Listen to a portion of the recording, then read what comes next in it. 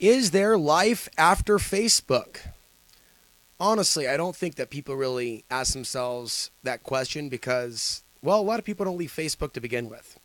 Because for a lot of people, it's been, right, the primary place in which they keep up to date with friends and family. And for myself, it's been, I wouldn't say that it's smart to make the mistake of seeing it as the primary way to reach an audience. I think that there's flaws in that way of thinking. So, as a person with even an AlexAnswery.tv Facebook page, I've seen firsthand the complications with even wasting time posting material to particular platforms, where in many cases they're burying certain material that we ought to see and then showing us other material that is paid programming or paid advertising, sponsored advertising, or deliberate fake news. That's another conversation that I've talked about in other videos, how I think that the agenda of the big tech giants is a little more sinister than what a lot of people are aware of or are even speculating themselves. They've done their part to promote extreme content while acting like they didn't know what was going on. So that's what I'm here to talk about today, life beyond Facebook. And I'm going to show you actually a couple things because when we pull back from something that's wasting our time, we may think a little bit more about our health. I thought a little bit more about pulling back from YouTube, as I mentioned, and I'll elaborate in a little bit more, a little bit more about how even mainstream content or websites like VUDU.com, VUDU, which is an advertising version of Netflix, as well as Netflix, they'll both have their conspiracy content while we're seeing ourselves demonized straight up in the mainstream media. It's like they're demonizing someone for having an independent mind and working for themselves or being able to make their own documentaries. And we've been demonized for years, obviously, but we could see the mainstream itself present the same content. So we're actually going to talk about that with a little more detail. So let's talk about some of the things, and these are cheap items, right? Maybe you've recognized these or have seen these before. They've been using these to find water for years. They're called dowsing rods. My mother actually took me to a dowsing rod convention somewhere in Washington State. I also remember a trip to Shasta in the 80s. So there were some pleasant childhood memories of travel. And I remember as an adult going to a festival somewhere outside of Portland, and someone was measuring the auric field of a dog. And he was noting that the dog's auric field was quite large and powerful. And he was using the dowsing rods to demonstrate where the beginning of that auric field began. And so I haven't actually used these as much this time around. Some of you may also be familiar with pendulums. And so there is this reality of magnetism. Even Burl Payne in his free PDF, which you can find online by looking up the spin force. Look up the spin force by Burl Payne. I haven't read it in a while, but I'm sure some of you would find some of the content there regarding magnetism and animal magnetism very, very interesting. There's also an interview between Maurice Cotterell and George Norrie. He's been back on Coast to Coast. And so he has a number of different updated ideas or fresh ideas regarding solar activity. And this is something else that I picked up at the thrift store, probably I think for about $2. So I have some other tea light candles, the non-scented kind.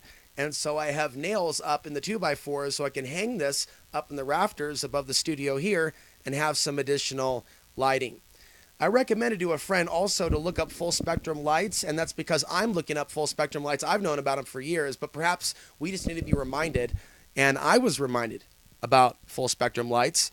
Those of us that are at higher elevations, even though we may get more snow, there's a drop in serotonin from living at mountain ranges. That's why the suicide rates are 3 times the national average for this part of Colorado, in case you did not know that. It's something that I've discovered. So even my own stresses, I realize, are also magnified by environmental factors and the mental health of those around me. You dig? So it takes a little bit of internal strength and focus to even step back from what's going on with others. Full spectrum lights, even if we're in an area where we get a lot of light, it'll help. This is not a commercial, but it feels good to talk about these things that are relevant. Okay, well, I go ahead and also do that.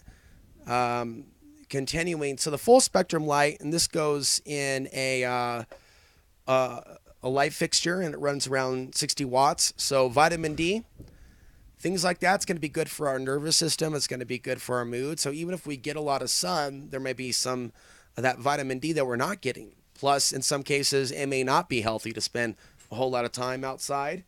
I think a lot of those things depend on genetics. Another thing that I picked up to keep myself entertained and to challenge myself, this is also some sage that I was burning earlier. This is a punch bag. It's really kind of like a dummy without it being shaped like a person, but it stands on a pole and it has a spring and it has a base that one fills with water. So it's not necessarily about knocking the thing over, but you can still hit it pretty hard and it's going to spring. It's not going to knock the whole thing over. So it's really seems to be a balance of speed and power, getting that timing down, and through maintaining a specific rhythm, it really works the muscles in a really, for myself, interestingly new way. I've been trying different techniques regarding exercise at home.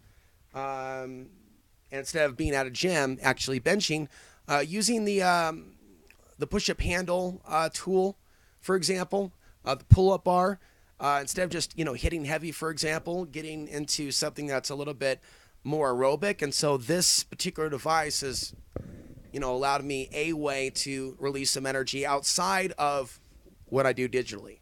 So I think it's important to cross-train our mind, really.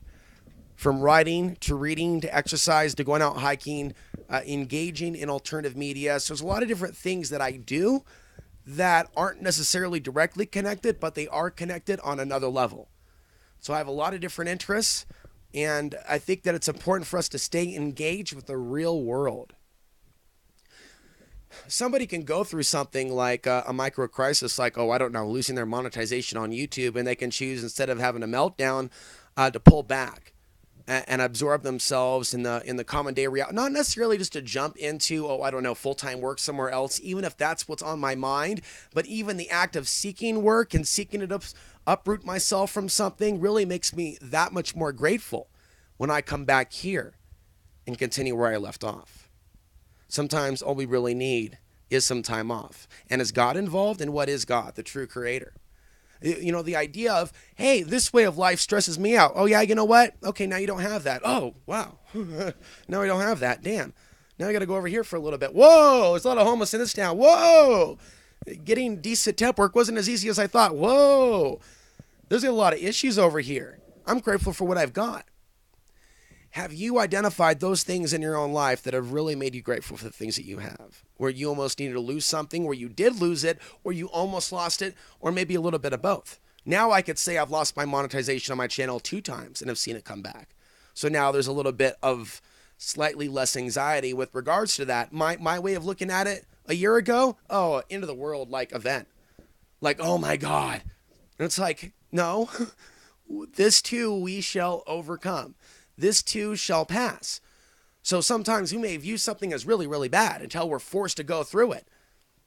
Who would ever say that they would I volunteered to be homeless for a year, live in my vehicle. Yeah, I volunteer for that. But maybe on a soul level, we do just that. So we could see what we're capable of surviving. And then to see ourselves do something that even people with homes and jobs don't do. To invest in, say, a personal property. My way's not the way for everybody. But see, it required sacrifice. A lot of people require certain amenities and other people in their life because the isolation is difficult to deal with. Going up into certain regions. Again, I said earlier, I'll say it again. A lot of people just ain't right. And I'm not saying I'm perfect. I'm imperfect. I'm saying with regards to the social scene here compared to Portland, and Portland's not, a bright basket of roses either, but within larger populations, there is way more acceptance of people with outside the box ideas. I mean, that's what it is in a nutshell.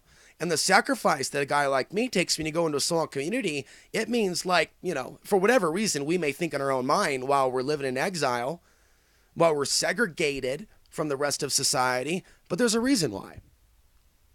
And ultimately, me doing what I'm doing here full time while living off the grid, it flows. It is a new thing for the human species to have that kind of ability, to have a tiny home somewhere out in the woods and be using satellite internet to put out content on a YouTube channel. Typically, prior to this period in time, it was simply writing or recording videos and then VHS tape and then all the process of going through all that. Even when I was living in Portland, Oregon, I was still signing my name to borrow a $1,000 Macintosh that wasn't even mine from Portland Community Media, that would be Portland Cable Access, to take out the computer so I could compress outside the box TV, OTB TV, which was the cable access, more produced version. It was $1 million studio, folks. That's why it looked better. Some people could be like, "Oh, didn't your life fall apart?" No, I stopped using $1 million studio.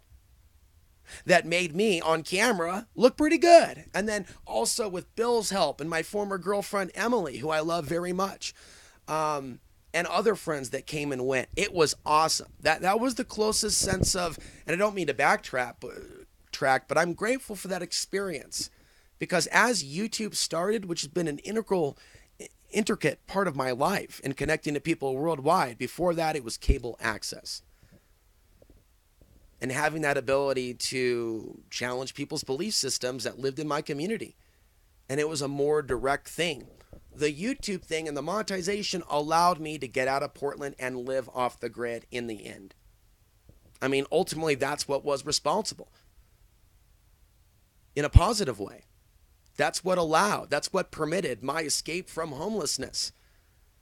The lifestyle that I chose that some people would demonize, creating your own media, that was the one thing that allowed me to escape a bad situation and allows me to focus on what I do here. And here I am now. I've passed the 2-year mark. By next year, it'll be 3 years at the same residence. And there are certain things that still worry me and bother me. But in the end, right, there's an endless number of worries that can keep us up at night.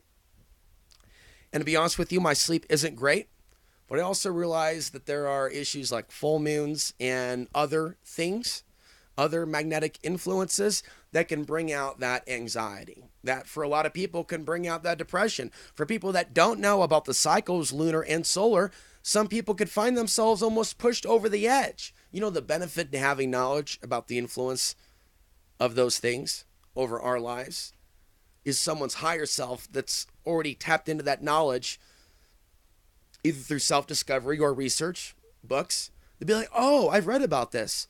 Oh, I've come across information like this."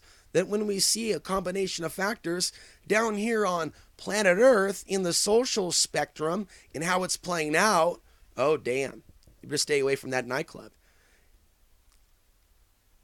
Think about people also that see acts of violence outside nightclubs, or police that are responding to gang violence, things of that nature. How many of them do you think know about the influence of the geomagnetic storms over the violent disposition instinct that's already existing within the human species?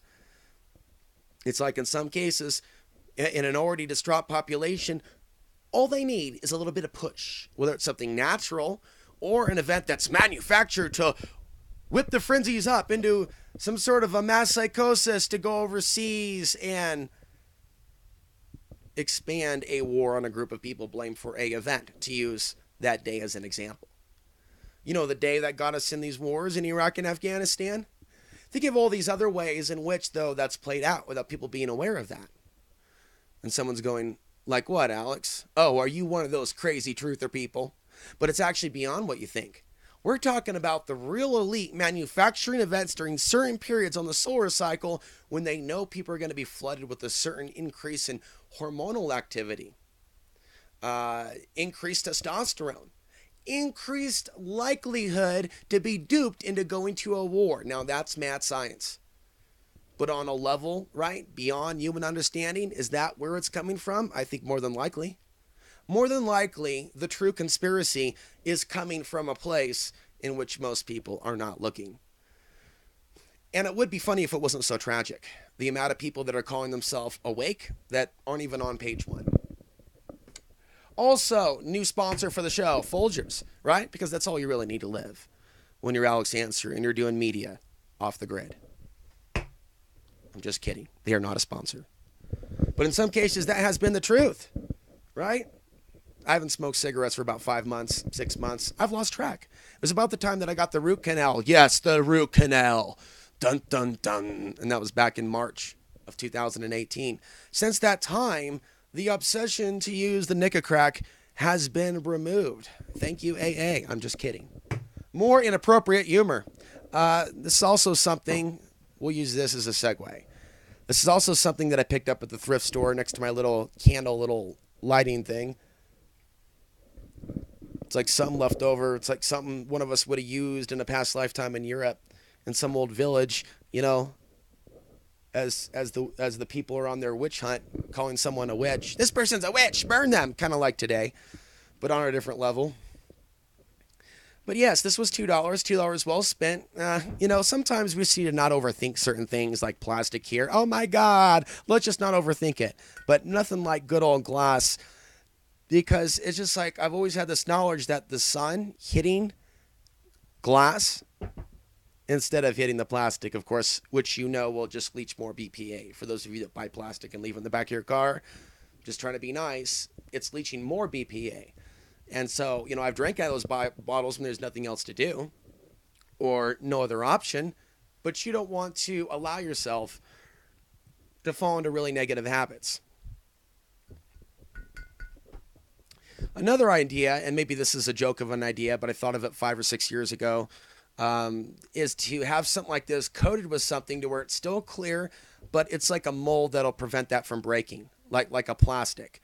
So I've never actually seen one to where it's glass on the outside or glass on the inside, but plastic on the outside. I'm giving away a trade secret, folks. I don't know if somebody has that on a patent, but I was thinking as recently as a few years ago, that might be $1 million idea. Maybe I'm wrong. I don't know. Somebody steal that. Give me some money later, right? Somebody out there has got to be making some money. So let's talk a little bit about this because, you know, we've seen them demonize conspiracy theorists and use Mr. AJ, although he's going to play a smaller role as far as, you know, I've talked a lot about his antics, but I've avoided updating on what he's currently doing. I mean, it's just dirty. And even to watch that content or to contribute a view to his YouTube site, I'm not down with that. He's someone that presented himself to be something that he's not. All right. So I'm an early supporter of that individual, but his content has turned toxic. And I think that it's still playing out, this concept of him being used to demonize other people in the independent media. This is still something that's playing out. And I think we've seen some verification of that. We've also seen other people claim that they've been victimized by YouTube and Google. And in fact, they seem to be of the preferred class with their 500 plus subscribers that are still sticking to what I would interpret to be false conspiracy narratives as opposed to things that are true, but more of the diversion in this fake news web that is very much mainstream on social media. Not everybody's identified that. So like COINTELPRO, where back in the day, there were attempts to derail the civil rights movement, we've been dealing with a digital COINTELPRO, where people have, through learned behavior, become addicted to social media. They've seen it as the means of the revolution now for about 10 years. And once they got them addicted to the digital crack pipe, then they were easily able to do tests and prodding and things of that nature with regards to altering what people see on their feed. So people are running around going, oh my God, we're conspiracy minded. We're woke and stuff. We're like with the anonymous mask and V for Vendetta and meme after meme after meme. And then this meme reality erupted, and it seemed that people were waking up in 2011 and with Occupy, and it seemed like this and it seemed like that. That's just one perspective. I think that periods in which people are, you know, sensitive to what's going on and a little bit more apathetic, man, just relax, dude. Why are you protesting? I think a lot of this relates to the solar cycle. When it's on, when it's in a maximum period, and when it's in a minimum period. There are less protests during a minimum. There are more protests during a maximum. And then we have the in-between where it's waning and waxing like the lunar behavior or the lunar influence or the lunar cycle of the moon. And so, with regards to Occupy, as we're seeing an increase in solar activity now, we saw the Occupy movement. Why weren't we seeing that right after the banker bailouts? Solar minimum, record low sunspots. It was when the cycle was active again, that people were active again. And catastrophobia, not like there aren't things to be prepped about. And, I support those things and think there are planets shifting. But there are periods of a catastrophobia that, whether they know it or not, those people that are purveyors of survival products, right, they do more business, I would say on average, every 9 to 11 years on par with the solar cycle. I even think there's maybe a halfway cycle in between the solar cycle, so 6 to 7 years. So like, a 10, 11, 13, 12, 13-year cycle, but also 6 to 7. So cycle, but cycles within cycles. And there's larger cycles. And this is something that Maurice Cotterell, who's a regular guest on Coast to Coast AM, discusses in his book, Future Science. So the people involved in the modern day digital COINTELPRO, they know that we're looking for answers, and there's nothing wrong with that. There's nothing wrong with looking for answers, and they know that just overt censorship doesn't work.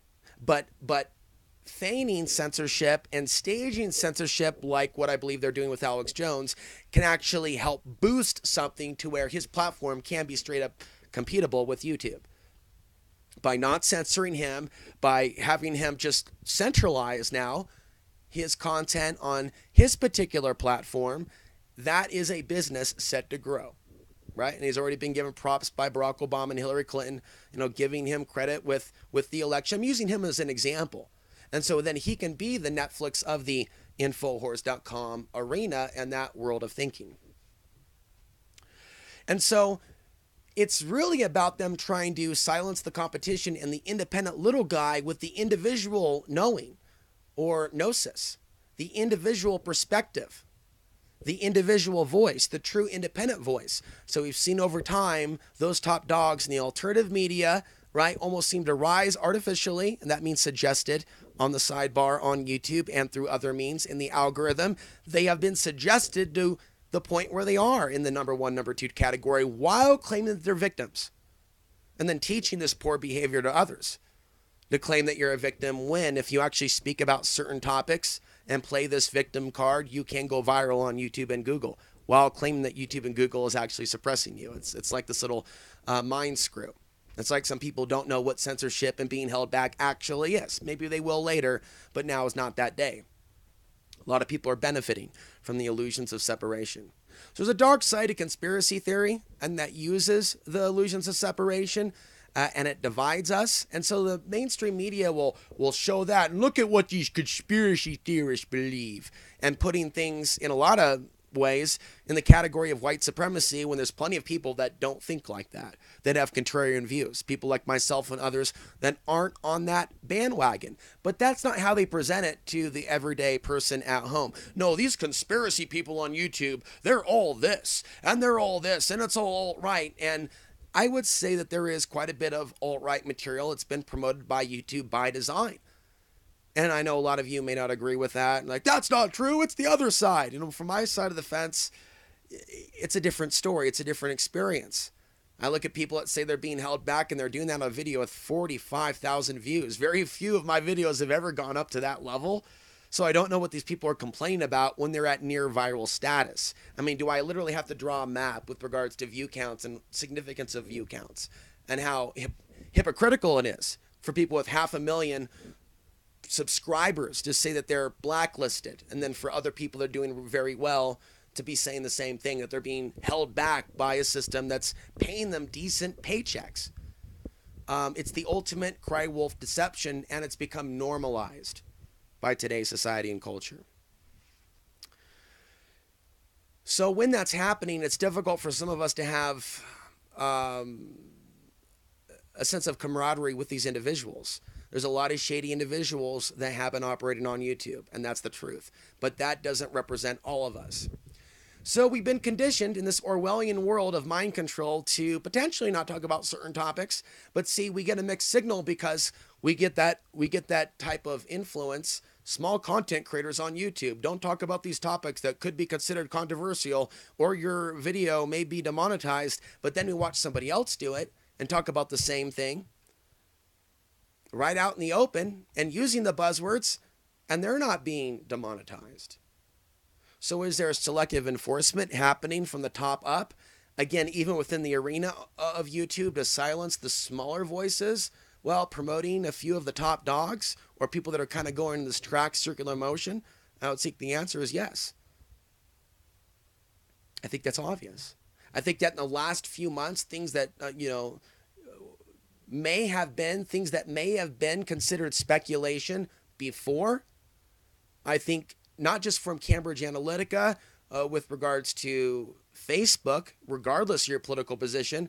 I mean, that was really highlighting. And of course, it is fall, folks. We're having Indian summer. So this is always the time where there's the most flies that are coming in.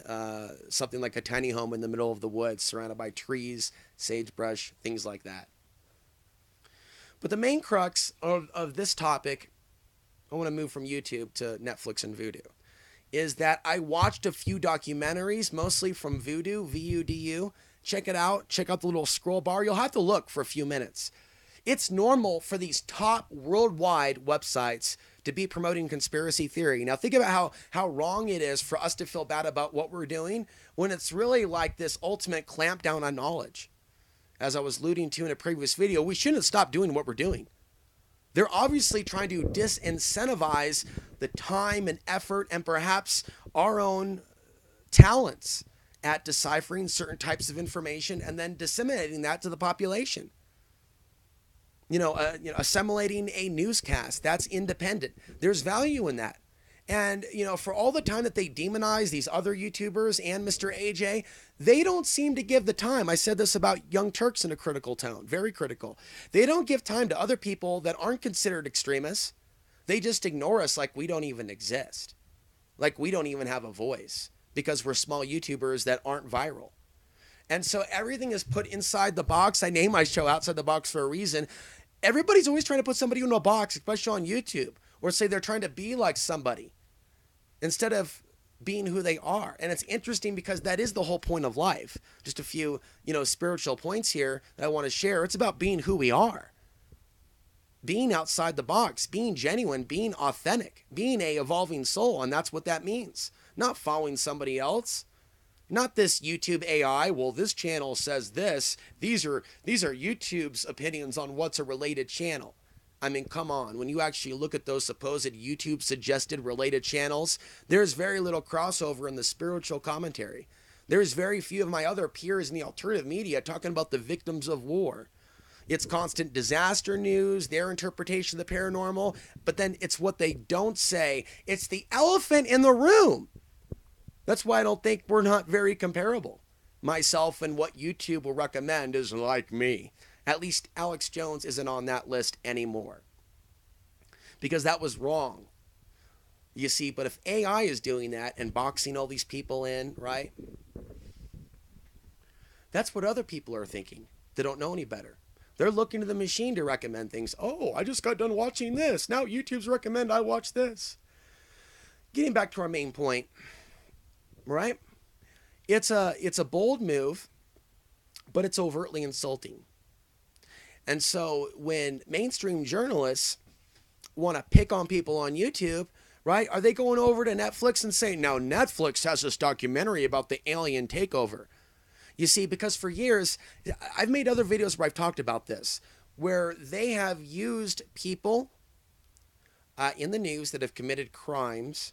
They've looked for their backgrounds to have some sort of interest in conspiracy. And then they've used that to attack even David Icke. David Icke had a fan. And David Icke's fan did this. And they got all these articles all over there. You know what I'm talking about. If you go to Netflix and VUDU, and they're selling the same stuff. And then I go and I watch. I'm glad I remembered to note this. They've paid contracts without a doubt to certain content creators to have their movies on those websites and other websites.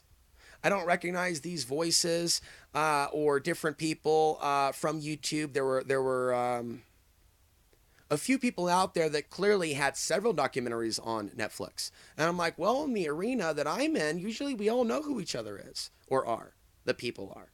If there's like someone who's completely mysterious and I'm saying, that's fine. I love watching new content. Let me check it out. Oh, it's well edited. But as I watch these, I'm like, this is pretty basic info that we've known for years. It's just better produced. and it's got this professional voiceover and it's entertaining like something you're watching from Discovery Channel, but it's conspiracy theory. You know, that stuff that, us crazy YouTubers just do in our mama's basement. And so here I am watching the mainstream media just flaunt ground. We're conspiracy theory. We're the ones that are going to shake our inside the truth of the Freemasons' boobies. And it's like, F you. I see exactly what you're doing. You guys are just trying to, we're going to move in on the market. It's like that bit from Bill Hicks. They're seeing that marketing dollars. And then Bill Hicks is basically demonizing marketers around the world, saying, off yourselves. And, it's important to see what it is they're capitalizing on too. And also, not all of that is truth. Some of that is playing up the alien threat. A lot of the Netflix miniseries are incorporating Gnostic themes, battle of good and evil, like the Matrix being Neo, waking up, what is reality? What's going on here? Synchronicities. Why I see that cat twice? Hey, why are you in my dreams? And it's like all this stuff that's like organic. Boom, the mainstream media. It's so archonic. We're going to take this stuff and we're going to invert it. Ooh, look at all the juicy loosh. Loosh, a term a friend uses to describe, energy. Human loosh. And then when you think about AI analyzing human intelligence, fears, think about all that data that's been accrued from private messages, emails, Facebook, Skype, and all that content on YouTube as we fed the beast. It's more than, gee, what are these humans waking up to on an entertainment level? It's, hey, let's hijack their mind, twist things around, and shoot back these weird conspiracy, Gnostic, into the world, and other plots to them, but just like confuse them and get them addicted to our content, and then turn them into zombies by becoming pacified. Like, whoa, man, yeah, I'm waking up through Netflix. Whoa, man, I'm going to stick in this miniseries. Like, beware of the corporate miniseries that wants to capitalize on the Gnostic theme. Lest you become another dope fiend, digital dope fiend, going from, it's going to autoplay for me, bro. You think about these people playing video games and watching Netflix, and it's like, yes, I jumped into the digital dope for a few days. Digital dope. It's digital dope. Binge watching some form of content. And so on VUDU and Netflix, there's a lot of that. And so, like I said, hey, UFOs, the truth of UFOs. Right here, Netflix. No. Don't go to Disclose TV. Don't go over here to YouTube. Don't go over here to these places. These crazy people are here. And what are they selling? They're selling the idea of the alien invasion. They're selling the idea of the zombie invasion. And they're selling the idea of the pandemic depopulation agenda. And they're selling all of these ideas, and it's become so normalized. Years ago, you would hear the term predictive programming. I'm not trying to overuse it because it has been used over and over and over and over and over and over and over and over, right? But what's the idea of predictive programming? It's all in the movie, bro. Bro, you're crazy, bro. You got your idea from a movie. Now, here's my take on that. My eyes are like bugging out like this when I see certain plots that in my own heart, I've had my own imagination from places where I live, Portland and others, and how the Archons almost have rulership over certain zones of the earth. Not like they control everything, but like certain entities where like they have their domains, like they have their turfs. And so like certain groups or deities may be active in certain parts of the planet during certain times or epochs. Then a new epoch or cycle comes, change of the guard. Another supernatural entity is over a particular region of the earth. I know that sounds far out, but a lot of these things that I believe are part of the truth, and I've read a lot of books, so have you. A lot of you have been exposed to some of the views of David Icke, and there are others, John Rhodes, others. There's from the reptilian thing to the holographic reality to off-world things of remote viewing in the early Stargate program and what little they did reveal, but there's so much more, and they never stopped the remote viewing program. There's things that are put in science fiction that are science fact, and you've heard that as well. You've heard this as well. We all have that, what they show in movies is actually what's obsolete. It's actually far more advanced than that. Things of that nature, especially when you know with weapons technology, things of that nature. There's a lot of things that are brought out in movies that already do exist, that we think are just futuristic. Laser weapons comes to mind. Electromagnetic weapons. See how many laser weapons we see in movies. Electromagnetic weapons, exoskeletons.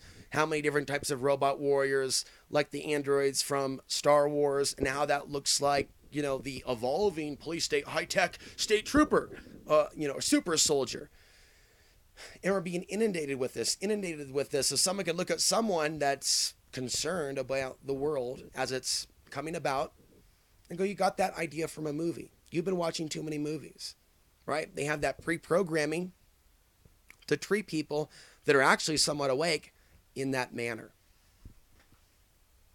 And so, I saw in a movie, there was the idea of several archonic or overlord type characters that were serving, again, the centralized rulership. And so they were involved either on Earth or another planet in certain regions. And they even had these turf wars amongst them. And some people speculate about Enki, Enlil. Is there some sort of a family feud with regards to that? Many people believe that these are the early creators of mankind, and that the early gods, not true gods, false gods really, but they were gods to the early humanoids that they developed. Or it's believed that there are turf wars over us, what they believe to be their property, and on a physical level, and the idea of reproduction from a particular line based on where people come from. And there could be attachments, supernatural attachments to whole groups of people based on ancestry and ties to particular early deities that masqueraded as gods that sees elements of humanity, if not all, as their property. Of course, and I'm getting into my own speculation, there's going to be strong disdain, like we see of Middle Eastern bloodlines, from particular deities that are in true positions of rulership over the military-industrial complex. So the military-industrial complex worldwide is involved in a culling and destabilization of the Middle East for specific reasons. Now, this is a very important point because this is not really brought out within the arena of the alien agenda. The alien agenda and how it manifests in the Hollywood version, Netflix version, VUDU version, has a little bit of truth and a lot of bit of fiction. And a lot of things are there to bring out the personal narcissism. Oh, it's just about us and fearing our own robot apocalypse that might be somewhere out in the future. Where I've said time and time again, first they test these things out on the people of Afghanistan, the people of Iraq. There are still people in bots and chats that when they hear about new technologies and chips, they'll say things like tested it out on the Muslims first. People were joking about an implantable microchip for blockchain. People were joking about testing it out on the Muslims first. That's not very funny. Things have been tested out on the people of the Middle East first.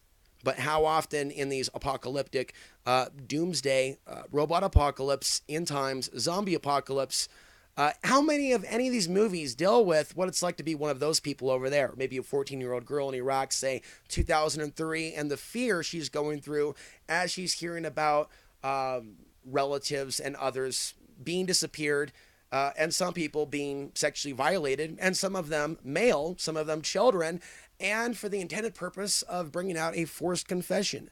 Tell me what film on Netflix and VUDU in the supernatural or horror section, which is what they promote first, of course. Death themes, because this is a death worship culture. Skull and bones, baby. It's not just something on the panties of the stripper or your local dive bar. Right? Something on that cowboy belt buckle. This is a death worship culture.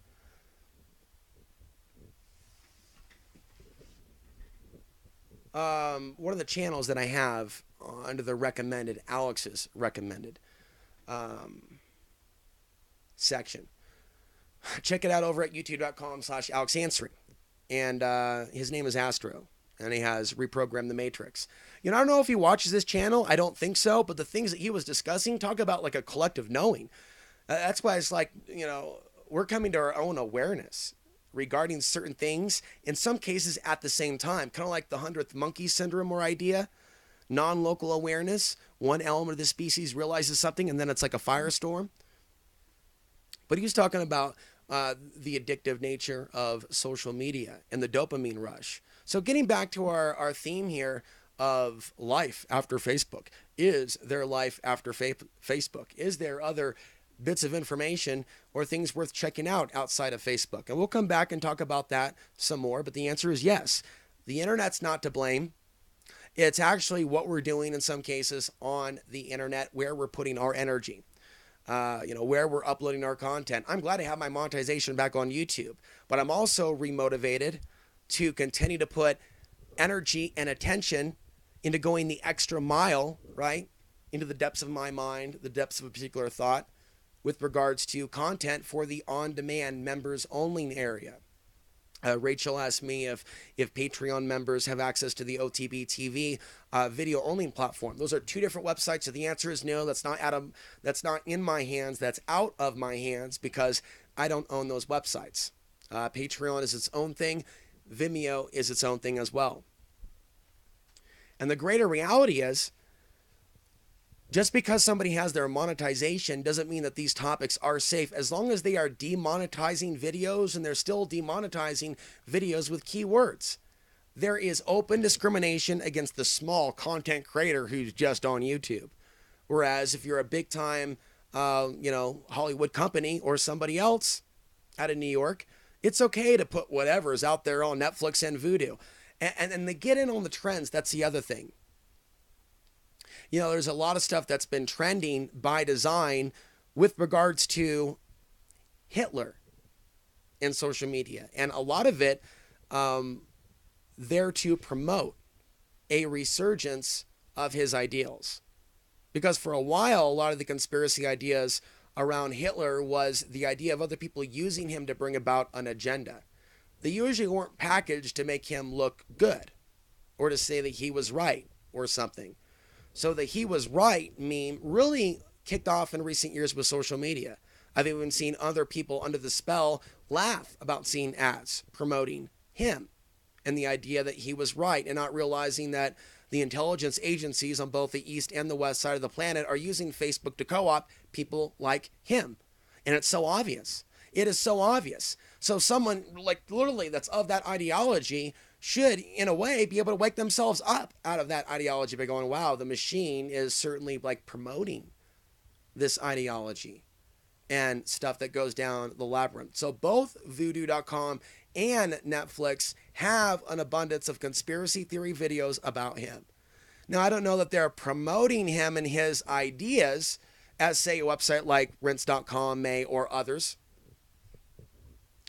That want to see a resurgence of some of those ideals, or to say that they are not in line with his ideals, but to play on that similar playbook with what's happening now with people that have been displaced from countries like Syria, treating them in some cases like the Jews of Nazi Germany and other people like them that are easily marginalized and put in this category of potential threat.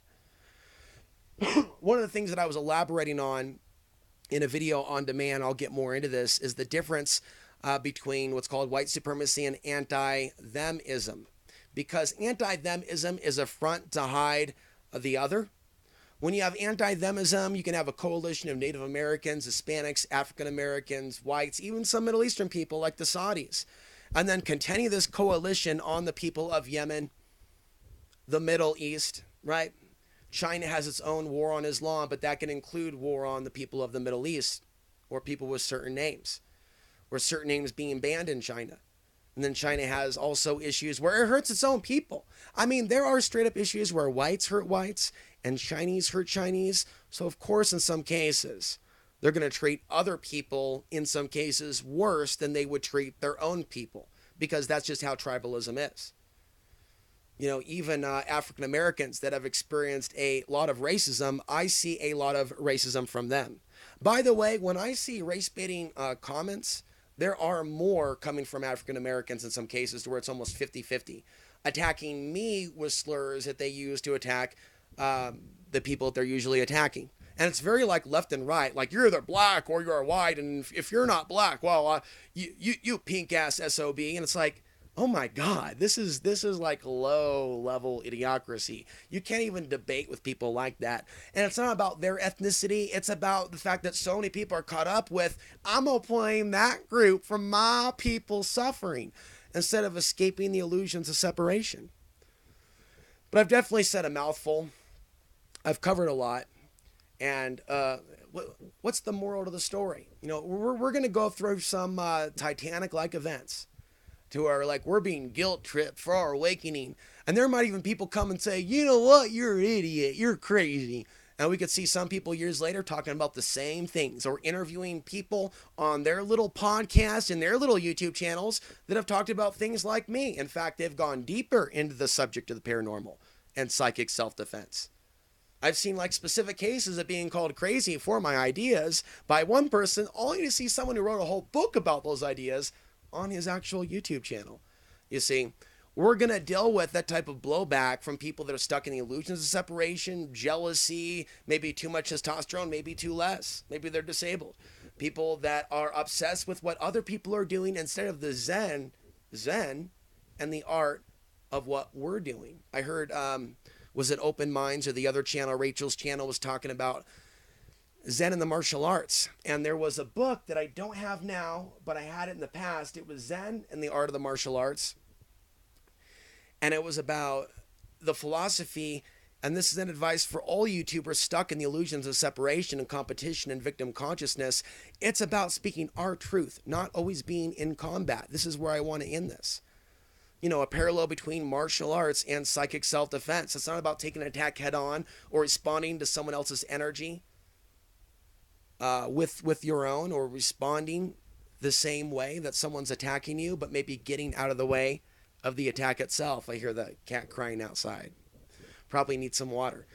So sometimes we need to just simply take a lesson from the martial arts and step to the other side and not involve ourselves in so much conflict. But the book was talking about increasing our own line. So instead of being obsessed with stopping someone else's advance and someone else's life path and someone else's economics and doing something else, or going after someone else's channel, what about creating our own content?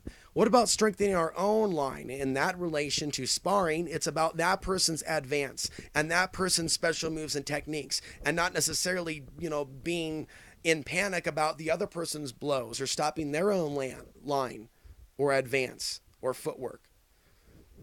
But being in the driver's seat, being in control of ourselves, being the best that we can be, being who we are. Okay, they're going to have their truth.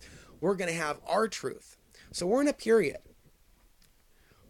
where there are forces of influence, seen and unseen, want to fire these torpedoes of challenge at us to sink us like the Titanic. Oh, you people are blah, blah, blah. Yeah, no good. Yeah, the masses are throwing tomatoes at the YouTubers, the peasants that are the starving artists. Meanwhile, Netflix and VUDU and Hollywood have all these different themes, and they have the Matrix, and it's considered normal if you're making money and you're in a big studio and you're on the news and you're on Hollywood. But if you're going to abstain from materialism, the Matrix is trying to convince the people that we have no value. And I'm here to tell you in these closing statements, screw the masses. The masses are under a spell. And we need to continue to talk about what the masses are being fed and what the truth is. Right? Because if you're seeking the truth and you're speaking the truth, you're not going with the grain of the conspiracy content on Netflix, on the daily news. You're not going with the grain of Russiagate, what they want you to believe. The truth is deeper. The truth is something you have to look for. The truth is something you have to fight for. I say that metaphorically, not literally. The truth is out there, but you got to be willing to be ridiculed to stand in your truth. And I think that's a great place to end it. I'm Alex Hansen, reminding you the path to the ultimate truth and place of power still lies within. Thank you for watching.